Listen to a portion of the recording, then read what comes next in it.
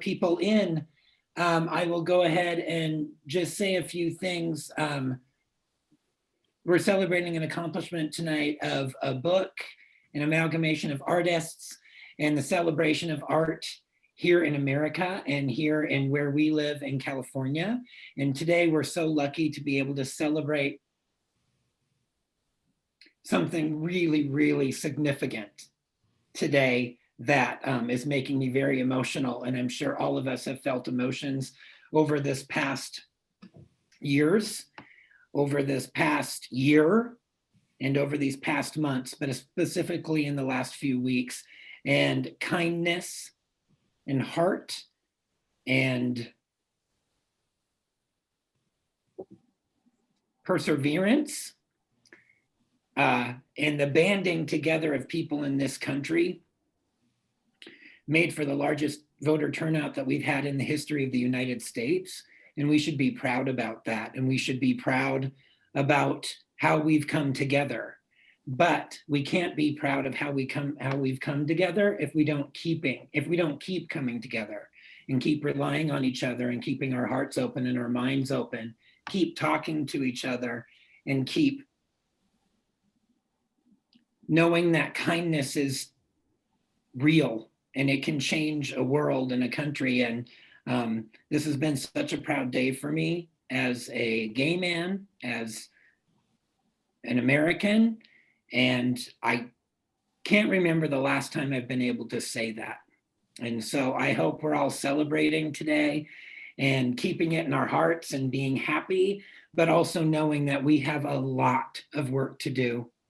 And in 2022, we have just as much work to do. And we have to keep going. And if you're not politically motivated, try. You don't have to go to every rally. You don't have to know every candidate, but you have to know that we are stronger together and with knowledge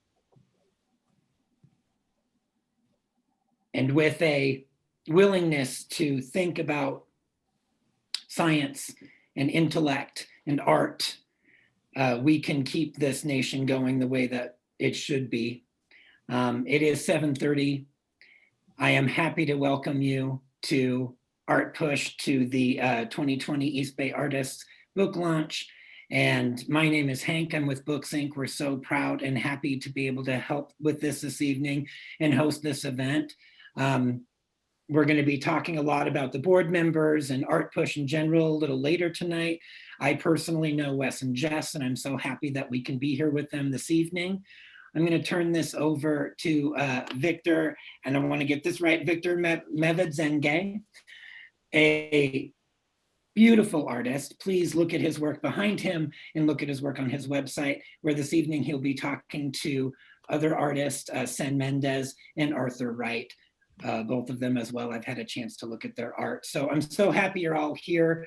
We'll have more people coming on as we go. Please feel free to ask a question in the Q&A. I see that we already have one, and you can also ask them in the chat. So once again, thank you so much from myself and from Books Inc. for joining. And I'll say goodbye at the end, and I'm going to turn it over to Victor. Thank you so much.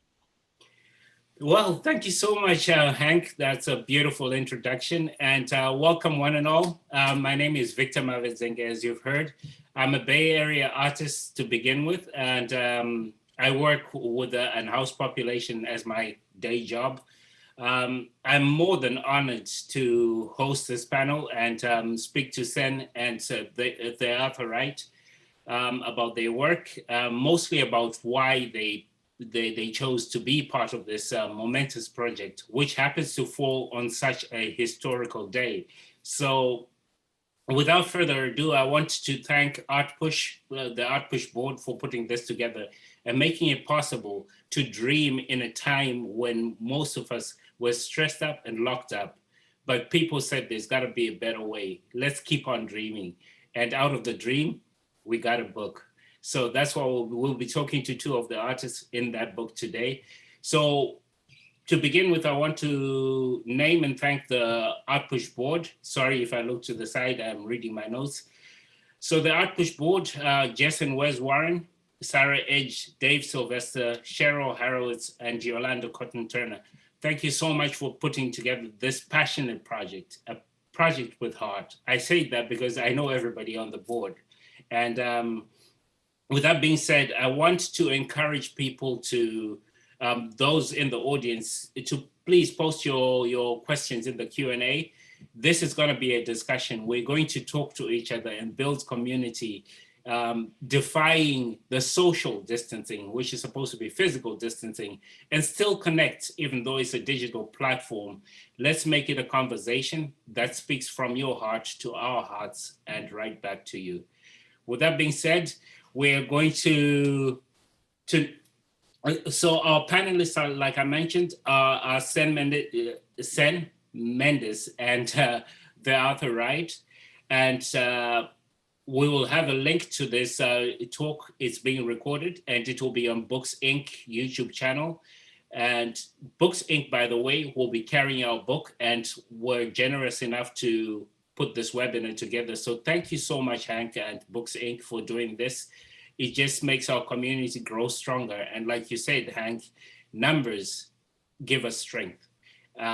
With that being said, we're going to begin the interview right away. And I would like to welcome our guests, Sen and TheArthur. So I'll start with you, Sen. Welcome. Tell us who you are, where you're from, what inspires you. Yeah, thank you so much for having me. My name is Sen Mendez. My pronouns are they, them, or he, him. I'm from Oakland, California, born and raised here. And what inspires me is my community, being part of the LGBT community and being part of the transgender community. That has inspired me tremendously in the type of work that I want to create. And the work that I do create, really what it does, it creates visibility to people who are often not seen or either seen in a degrading light. And so that's kind of why I create art, to show in a positive light, to show that we are beings, magical beings outside of our bodies. We're magical beings beyond where we come from, and that there are beauty in who we are and the differences that we create. Thank you so much. Beautiful, beautiful. I'll talk more about that, the beautiful beings part of it. We'll get back to that. Thank you so much, Sen. Sir, TheArthur.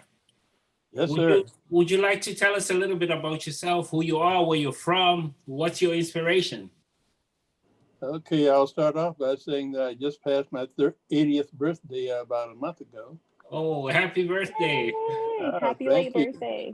Thank you. And I still go down to Lake Merritt as my main challenge. And I've been doing that for 30 years or so. But anyway, what got me started was I was a writer before I was an artist. And my wife worked at Berkeley, University of Cal at Berkeley. And all the time I was writing, I was also doodling and just messing around, so to speak. But she took them up to Berkeley and sold them, and came back home with a fistful of money. And I think I changed my career right then and there. All right. Well, thank you, sir. Okay, so I want to get back to you, Sen, and just ask. Sorry, I do have a background noise, as Zoom will predict. But I've got my kids in the background, so you might see me turning back and say, shh. Back to you, Sen. I'm going to jump right in and ask you, what made you want to be part of an art project? And why did you choose the piece you chose? Or Wes, could we have the piece up as Sen speaks?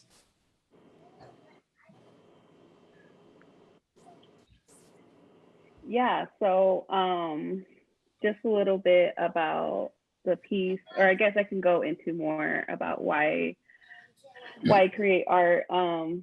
Yeah, so the piece that I created is really it's more of a self-reflection of myself and who I would want to become. I created this piece during one of the projects I've participated in 2018 called the Queer Ancestors Project. And so this image is really a self-reflection of myself, a self-portrait of myself as a superhero. I was arrested at a protest when Trump was first coming in, and in 2017 and 2016, and this image was really just kind of a portrayal of what happens with my community, transgender community, when we're in prison. We're often dehumanized, we're often misgendered, and we're often put into prisons that don't align with our identities. So that puts us in extra danger. And thinking about the political prisoners of, before me, they've created, there's so many LGBT newsletters, archives that you can find from all the way from Seattle to New York. And there's so many people that I could honor. And so this image is really a self-portrait of myself as a superhero of what I would want. And so in the image, you see me holding a wand, and the wand is connecting with the sun. And through the sun, I am hitting the hands of political prisoners, queer and trans prisoners, hands that are reaching to the window, trying to get some sunlight.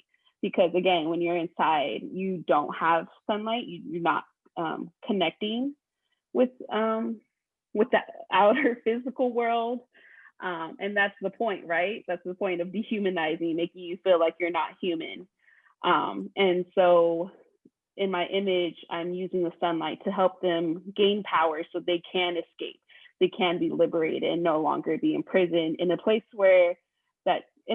and in a space that does not humanize them and does not celebrate who they are. And that is just a reflection of our struggle now. To this day, we're fighting for trans liberation. To this day, we're fighting for mutual aid. And I think, this pandemic is a reflection of that. We're seeing everyone being affected by the pandemic. We're seeing a lot of mutual aid happen, which is great. But also, I just want to recognize that the transgender community started that, Black community started that. We all put our monies together to make sure our communities are taken care of. And that really looks like connecting with each other and coming into community so we can liberate one another and take care of one another in the future and in the past and in the present. Wow, that's beautifully put. I just want to put a disclaimer out there. There will be noise in my background, so just give me 1 second. Girls, can you keep it down, please?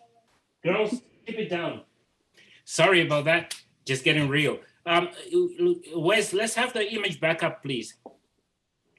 Thank you. So this image is called Sun, Protector of Queer and Trans Prisoners, right? I like the aspect that you have light in your work. There's this element of light coming through, and the juxtaposition of a dark place, a prison with light. Can you talk more about that balancing? Yeah. So like I mentioned, when we think about prisons or in prisons or institutions, the whole point of that is to dehumanize someone who's in there, and to really just kind of like take away any source of light, any source of hope away. And so I use light as sun really as that power, as that juice, that magic that can be reunited with our bodies. Just like plants, plants need the sun to grow. We need, as humans, we're living beings as well. So we need the sun to grow. We need the sun to feel some sort of happiness. And also this kind of goes into of like, what does it really mean to be liberated? And we can think about the ways that we love each other, and love can be symbolized as a sun. Being humanized can be symbolized as a sun. Being recognized, being acknowledged, being respected can be symbolized as a sun. And so just really kind of having that symbol is the most important piece of this image. And I just want to highlight that that, you know, we can be that light in someone else's life. And that just really means that we have to be intentional in the way that we do impact each other. Beautiful, thank you. I would love the people in the audience, if you have any questions, I'm curious to know what your thoughts are around this. Beautifully presented, Sen. Thank you for articulating that so well. Appreciate that. Over to you, sir, TheArthur. Wes, could we pull up TheArthur's image? And your image is called? It is called Mr. Oh, okay. And right. also it's a two-name piece. Uh-huh. And it's called Sacks of Fire. Uh-huh. And Great. As I explained to Jessica earlier today, or yesterday, I'm sorry, that we go with the double name because I think both names fit. I like her suggestion quite a bit because I think that this sax player is playing with everything that he has within him. He's using his instrument as the channel and it is burning up. He has a message to put out to the universe and it appears in the form of flame and smoke. So it's just a thought when I first started doing the picture, I was just, I guess, impressed by the passion that I was trying to put into it. I didn't know if I could or not, but I tried my best to do so. And I want to interrupt just for a minute and say hello to Sandy Holman. She was looking forward to this event. Glad that you made it, Sandy. And let's see, I guess I'm kind of like a happy prisoner to the medium that I use, which is Clorox bleach. That it only gives me two strong shades of gold and black. And I work on black paper so that the bleach itself produces the gold portions of it. But it also produces some brownish and red hues too, that I can make use of to give me an added dimension to the artwork. So I've been doing that for about 20 years and I've had a lot of fun working with it, exploring it, and I imagine it's explored me just as well. And I don't mind being used by it. Beautiful, beautiful. All right, so, sorry, I was just answering a question in the chat. We're gonna get to technique shortly, but what already struck me is this, we've been having these panels all throughout COVID, and each one brings its own flavor. And the beauty of what I'm seeing here is I'm seeing light. You know, in Sen's piece, there was the sun. In TheArthur's piece, there's the fire, the burning, the light again.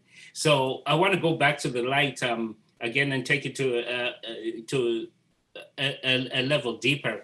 But I have a question in the chat room, which I would like to address. TheArthur, you did mention that you use Clorox. Could you talk a little bit more about your technique? So we understand you do use bleach. Could you speak more on that? Yes, the main part of the technique is pointillism. I had an art show down in El Paso. A friend of mine had a gallery and she put it into the media, the papers and TV ads that my style was point to fleck. So I decided to use that to my advantage. And because I use bleach and not paint, or very seldom do I use paint, I just called my style pointy flat. And we both came away happy. Now the bleach itself, you can see it turns gold. It takes about maybe, what you see there, it takes probably about a minute to develop. And I put it on dot by dot by dot, particularly on the figure of the man. As far as the flames are concerned, I had to discover, because everything here is a discovery. I had to discover another technique in order to apply flame to it. And that's nothing more exotic than just getting a piece of newspaper, newsprint, balled up paper and dipping it into a small amount of bleach and just kind of scrunging it around. And it produced it. It's another one of my techniques I've had. Everything I do with this is a discovery on my part because no one else uses bleach except me. And if they do, I'm going to have a strong talk with them. but I've been doing it for about 20 years, and I will stay with it till my last breath. Awesome. A question that came in the chat: do you use a brush or eyedropper or any other tools? I've used all of them, as a matter of fact, but the main tool that I use is the bamboo skewer. It's the type of skewer that you use for shish kebab or any meatballs, whatever that you put on a stick. It's made of bamboo, and it's harder than most other woods because the bleach itself is corrosive and will eat up softer wood very quickly. Like I began using a toothpick, and that didn't last very long, so I shifted to I've used pump sprayers, to like aerosol mix. And I've used hypodermic needles. I've used India, the pens that you write with, the India ink, the open nib. I've used engineering pens. I've used many things to find what it would do and what it could do. But I always come back to the bamboo skewer because it's, number one, it's cheap. You can get 300 stick for about maybe $3. And I run through one stick about once every 25 years. So I cannot get much more efficient than that. The paper itself costs about $5. It's 20 inches by 30 inches, and it comes already cut. And as I mentioned before, the bamboo skewers are a couple bucks. And then the bleach itself is probably in a 25, almost a 22-year career of using bleach. I don't think I've used even a quart of bleach yet. Awesome. So, well, thank you so much. There are other questions like how long did it take you to complete this particular piece, which will be the last question I'll ask before I turn it over to Sen.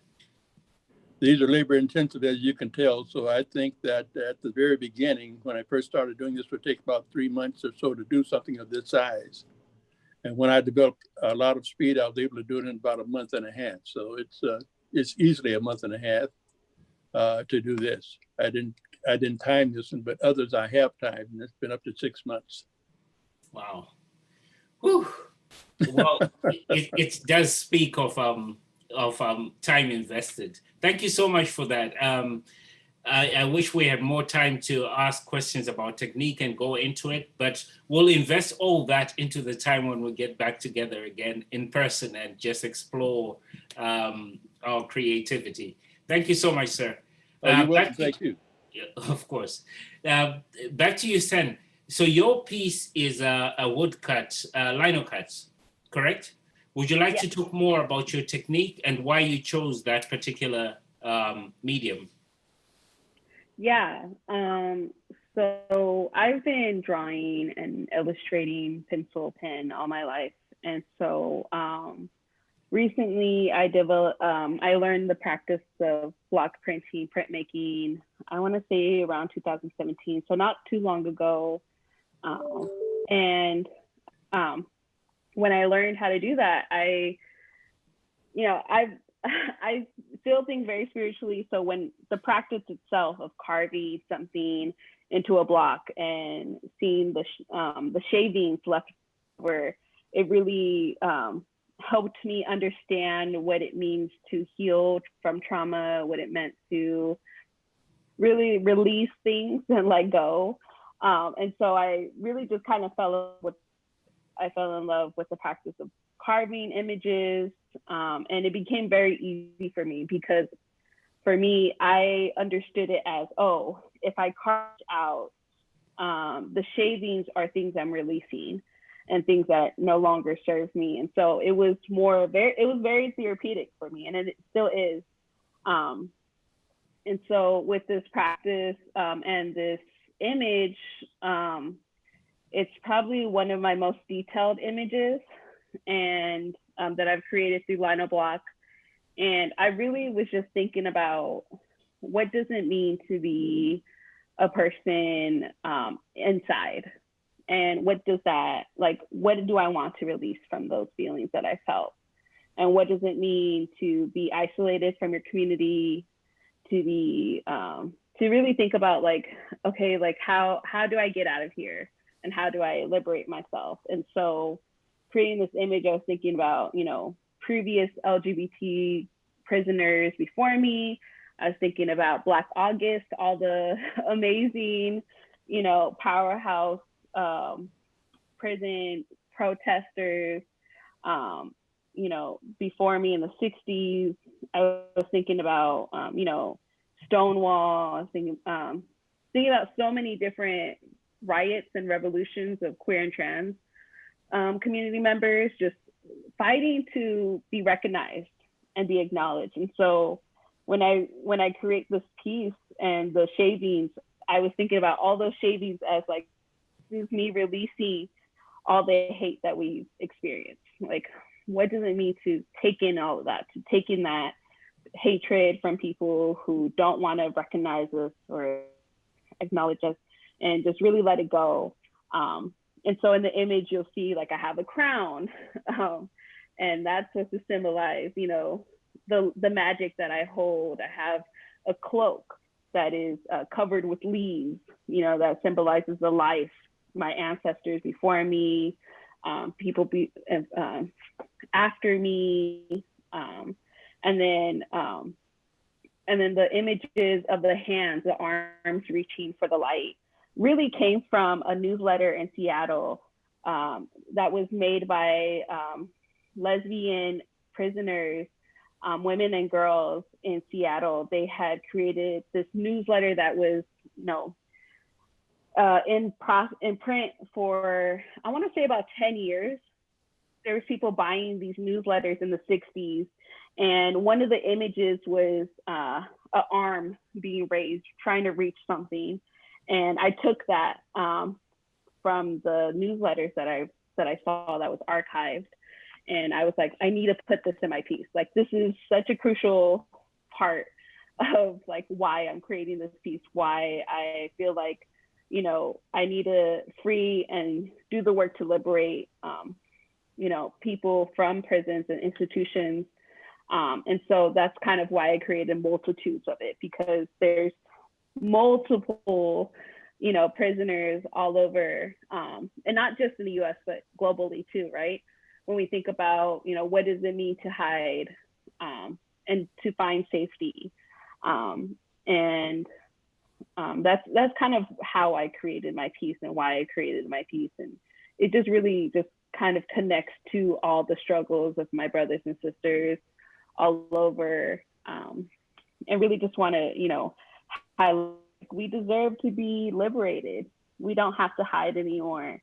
We don't have to, you know, be afraid of existing. And if we do exist, you know, there is light that comes from it. And, you know, hopefully there is a superhero or a spirit that protects us, just like Sun is protecting these, you know, trying to liberate these prisoners in the image. Awesome. Thank you so much. Yeah, in the chat, somebody wrote, I love the symbolism. I do too. Thank you, Sandy.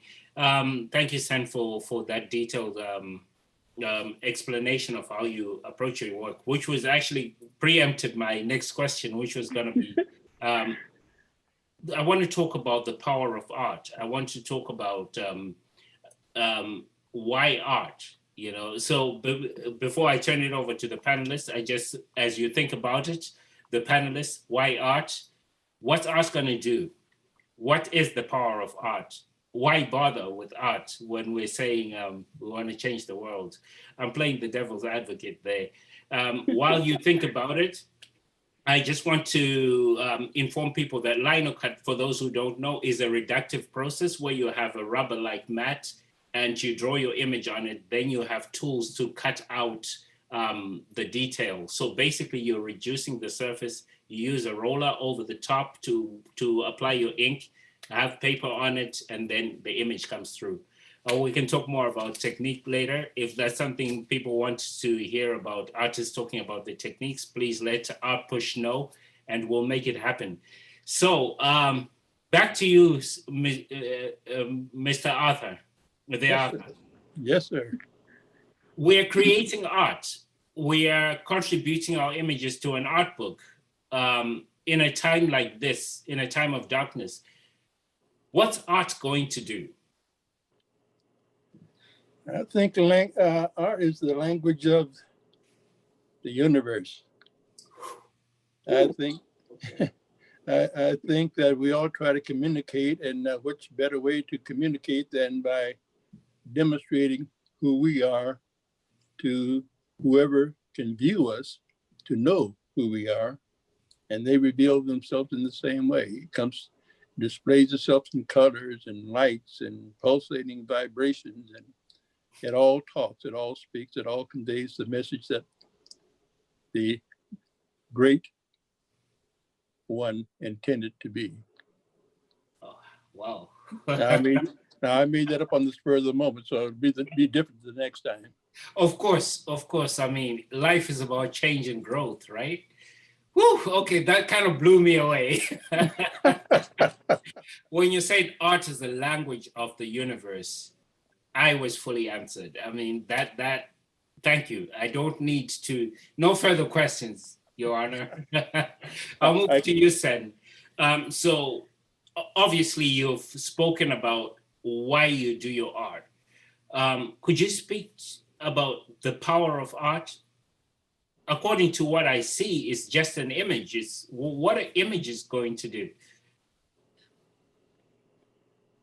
Okay, I can't follow up what Arthur said, but I could try my best. My bad. No, you said it perfectly. Pulled the words out of my mouth. Yeah, why is art so powerful? I think for me, being such a young art, like I just always been connected to art, like all my life.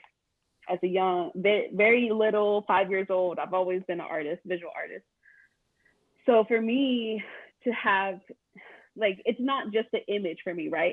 It's a story. You're able to tell someone your story or tell a story to anyone. You know, like Arthur said, it's universal. I can show this piece anywhere, and anyone with, you know, from any language can understand what's happening, or can, you know, understand to their own perspective, their own perception. And I think that's the reason why art's so powerful. The fact that, like, I can teach someone how to share their own story, to share their perseverance, what they had to go through, what they had to overcome. And it can be, you know, represented in various ways. You know, they can show an image of happiness, they can show an image of sadness, anger, confusion, and it will be understood by all. I think, like, art is so powerful for me as a young child. Like, I always wanted to see myself. I was searching for myself, searching. And I think that's why I started creating art again, to share.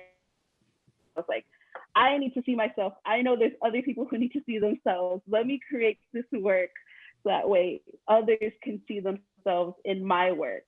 And over the last few years, that's what's been happening. I've been having so many people, I connected with so many people in community over the internet, simply over my images. And they're like, I love your work. I connect to it. I started celebrating myself because of your work. I started doing these types of, you know, things because of your work. And that makes me happy, especially as a transgender, fat, non-binary body. Like, my body is not always celebrated in media. So why can't I create that platform for myself?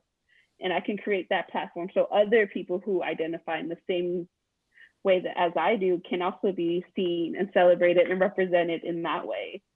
Beautiful. So that's why I feel it's so powerful. Beautiful. I couldn't agree more. I thought I was going to get you guys with that question, but it looked like you came prepared. At this point, I just want to mention some reflections I've had about the art book, which is my last question I'll pose to the panelists. Why did you contribute to the art book? But I just want to preempt it by saying that ArtPush's vision to ask artists to contribute at this time really struck me in as humbling and at the same time as prophetic, because this is a time which will be looked back at as one of those darkest moments in our history. But at the same time, look what a beautiful gem came out of it. And the beauty of it is that we're recording some of the artists who are in the book. We've had panelists before who are also in the book. And there's nothing but gold that's coming from those interviews. If you haven't seen any of those interviews, please go to the FridayArtWalk.com website, and you will see the magic that's been happening on these panels. It's just phenomenal. Like TheArthur just blew us away right now with what I thought was a massive question, and he just whittled it down to the language of the universe. Sen just brought in the sun into our lives with light and hope, and giving people representation. So as a takeaway, why should people get this book? By the way, the link is in the chat, and I would really highly recommend you to get the book if you haven't got the book yet, because it's a powerful culmination of people coming together at a time when we're not supposed to come together. So we found another way through ArtPush putting this project together. So back to you, TheArthur. My last question, and any final reflections you might have.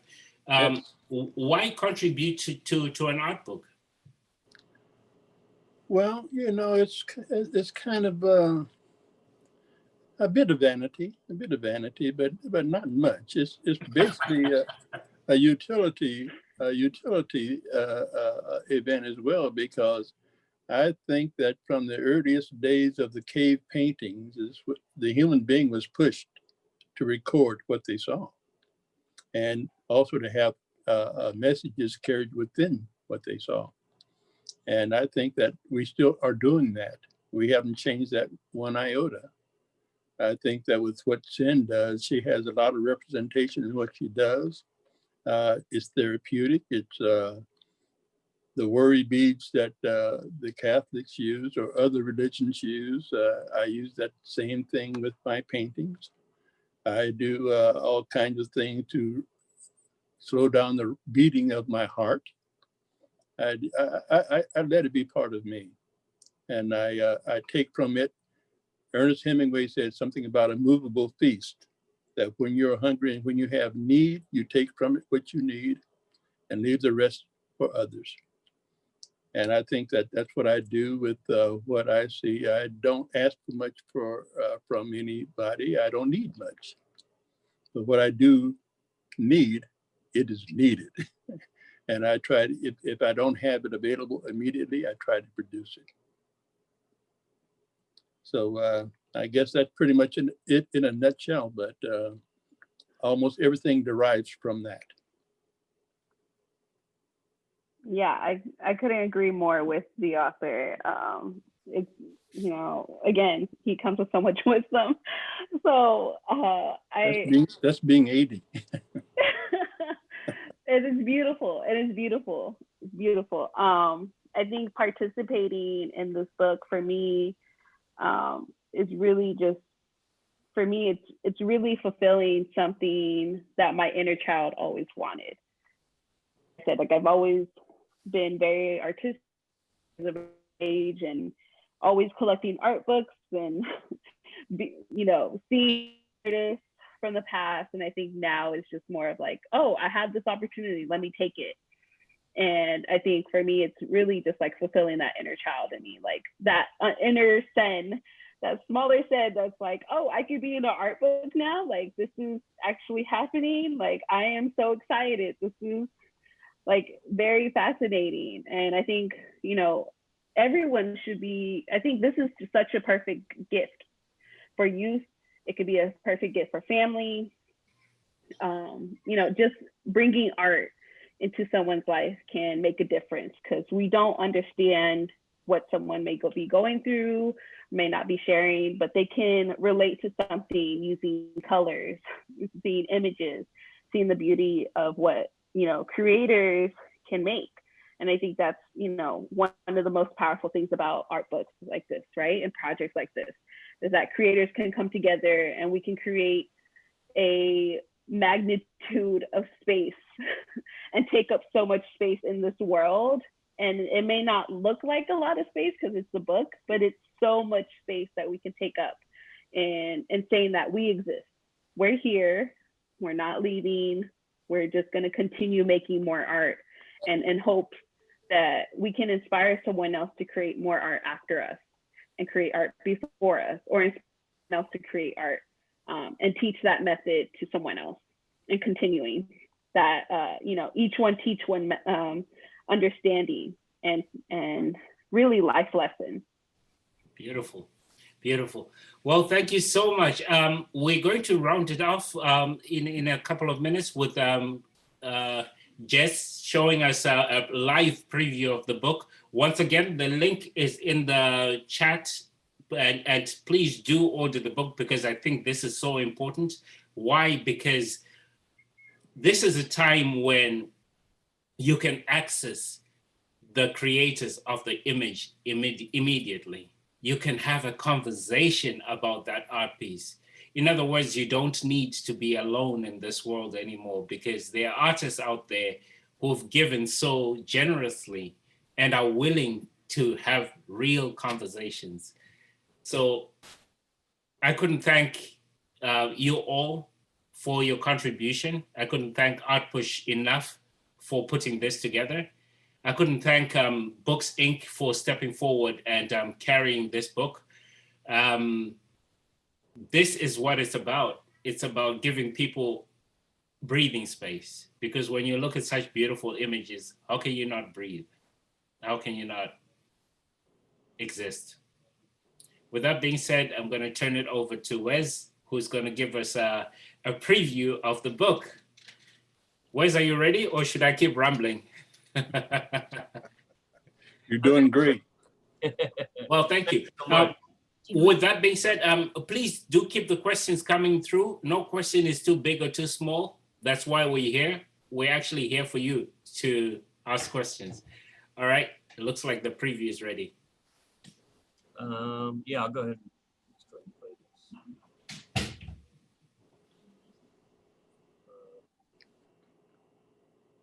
I'm muted.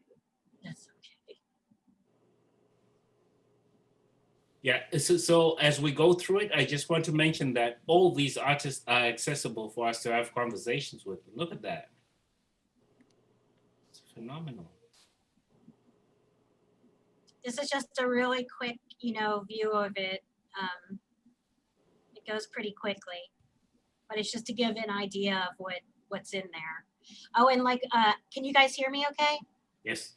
Yes, we can. Like Victor said, every painting has the URL of the artist, so you can reach out to the artist immediately, which is really cool. Yeah, and there's also on the website each artist's bio and links to their website is on the Art Quarter website, and there's The list of every artist and their website and their bio. and those too. links are in the book too. Yeah, so it's really easy to contact any of these artists. It came out really amazing too. So I think the video just says it all. This is the proof. Beautiful. The printer sent us, so we're really thrilled with the way it came out. I think it's gorgeous. I was telling Wesley yesterday, I picked up the book and I said, when I was a kid, my mom had a couple of art books laying around the house, and I used to pick them up and stare at them. I'm talking 3, 4, 5 years old before I could understand anything that was in it. And I would see these images like Garden of Earthly Delights or Saturn devouring his child. And I would just be mesmerized by them. And they burned into my memory. And I said to him, I go, you know what? This is going to be laying around in people's houses, and little kids are going to pick this up and thumb through it and become fascinated, with one image on it, and just stare at it and connect with it. Now my work can corrupt It's the so minds cool. All right. So we do have a question. What is the size of the book? of you. 9 by 7. 9 by 7. 9 by 7. JT 9x7. And so the iconic 2020 collector. It is a collector's book. I don't want to push this too much, but all I want to say is please do go to the website. It's secondfridays.com, right? Artpush.org or actually the link is in the chat. You Okay. Get to it from artpush.org. Okay, artpush.org. Please do view, take some time to take a look at the previous interviews along with this one, just as a refresher, because like I said, it's just been this amazing collection of gems of thoughts, inspiration, and ideas that came through the artists who so generously gave up their time to do this. And like Jess said, this is going to be lying on people's coffee tables for years to come, you know. And my dream is that we can see connections come through from the most unexpected places. And Victor, yes, sir. How many are in print? Over How many? What's the amount of books that are being printed? So we're in pre-orders right now. So basically, there's going to be I think we've sold about 180. So that Well, I I personally get several more myself.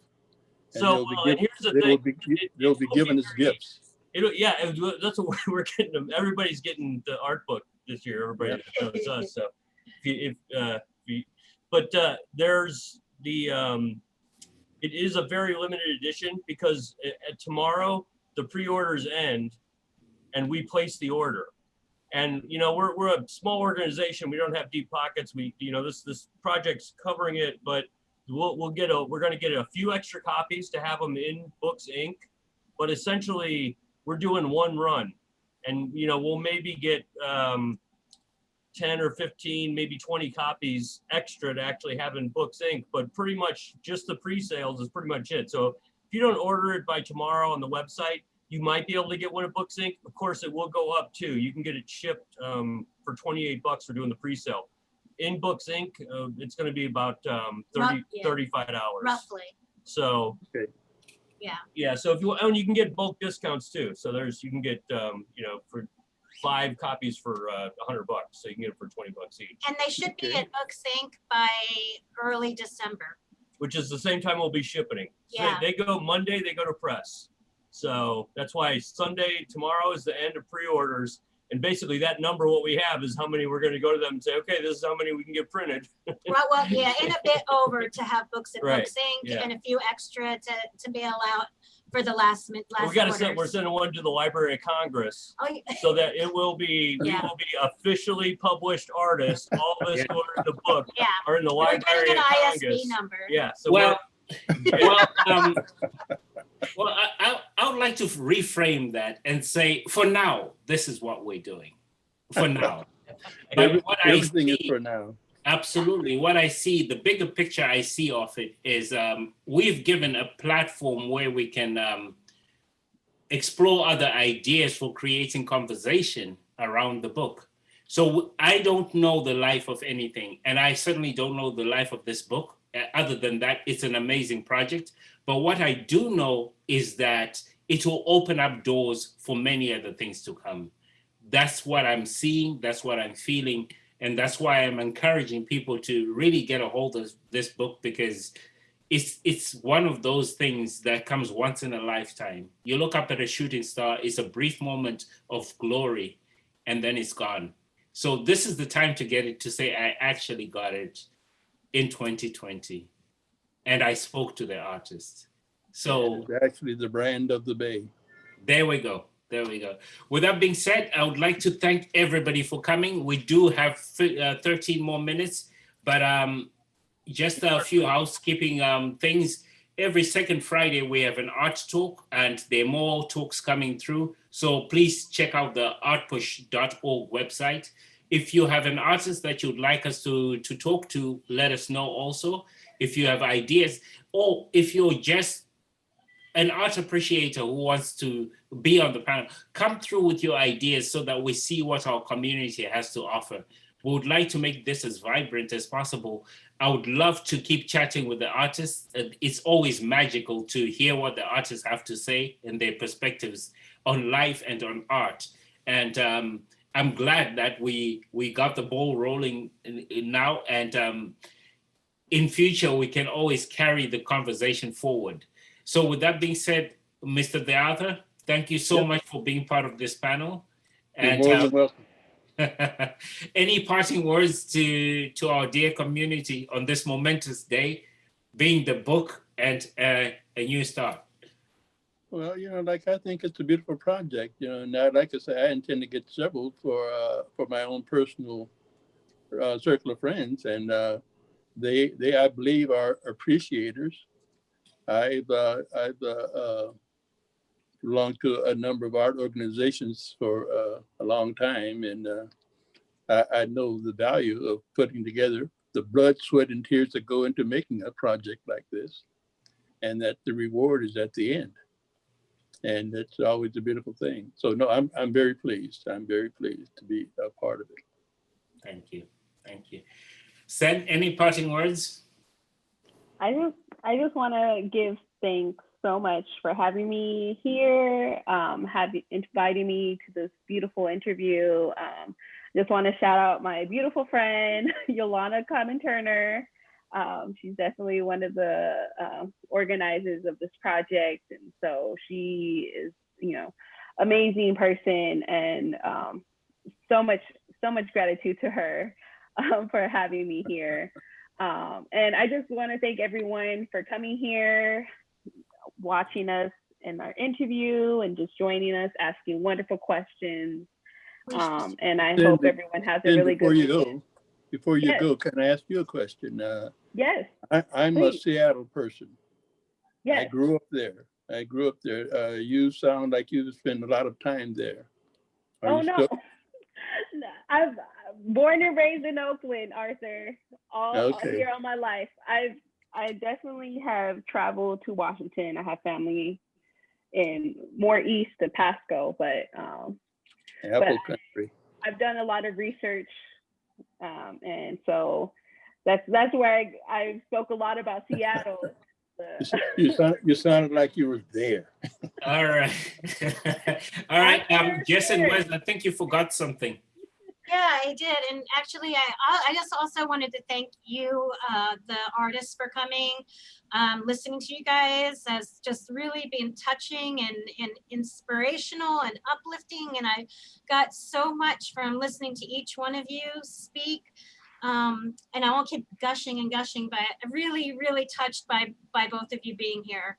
And Zen made me remember that I wanted to bring up thanks to Yolanda Cotton-Turner, who is amazing and put a lot of work into putting this book together, along with the entire board, which is Cheryl Harowitz, Dave Sylvester, and Sarah Edge. Everyone worked hard together to put this together. This is not a Wes and Jess project. This is a community project, and I want everybody to know that. That's all. Exactly. Thank you so much. Oh, and thank you, Victor, for being here and hosting us and asking us, these wonderful questions. I'm so glad that you're here with us. Didn't you do a great job? Yes, Arthur. And I'm so glad I get to meet you too, Arthur. I really hope that we can connect in person. Hey, it's mutual. Hey, I'll be getting in contact. Hey, okay, we're gonna have some coffee with our book. There you go. There you go. Well, I'm glad that the artist community is growing. And as they say in the movies, every day we grow stronger.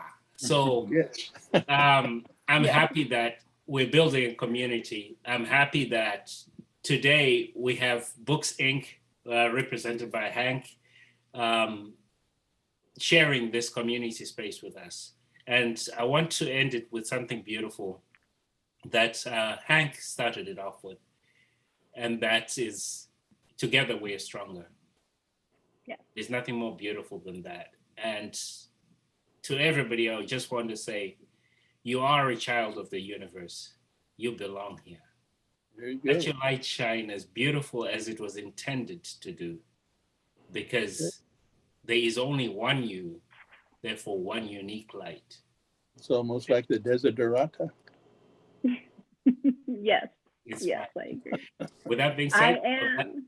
I would like to hand it over to Hank to close us off. And pre-orders do end tomorrow, Sunday, for $28. So let's push those buttons. Hank, it's over to you. All right. Well, thank you everyone for joining us. That link is on your chat again. I appreciate everyone coming tonight, and I appreciate everything that was said. I want to thank Sen and Victor and the Arthur, Wes and Jess, and all of the board of ArtPush. Being someone who lives here in Alameda, we see how hard Wes and Jess and ArtPush work and how much they care about what they do. And I think what I said at the beginning and what Victor just said right now goes towards that, is for all of us to keep working and keep our heads held high. And a lot of us have maybe felt that we haven't been able to do that. And today we can, and it means so much to me to be with all of you tonight, and with diversity and representation, and looking at ages, and looking at gender identifications, everything. And the color of our skin has been discussed so much, and it should, in our world. And art is something that brings all of us together completely. And this has been such a wonderful night, and I appreciate all of you so much. Go ahead and click that link on your screen and pre-order this book. I'm so happy that we'll have some at BookSync Alameda. Come down and see me at 1344 Park Street, and stay kind, stay awesome, and stay rad. Thanks so much, everyone. Good night. Peace Good to you. night, everyone.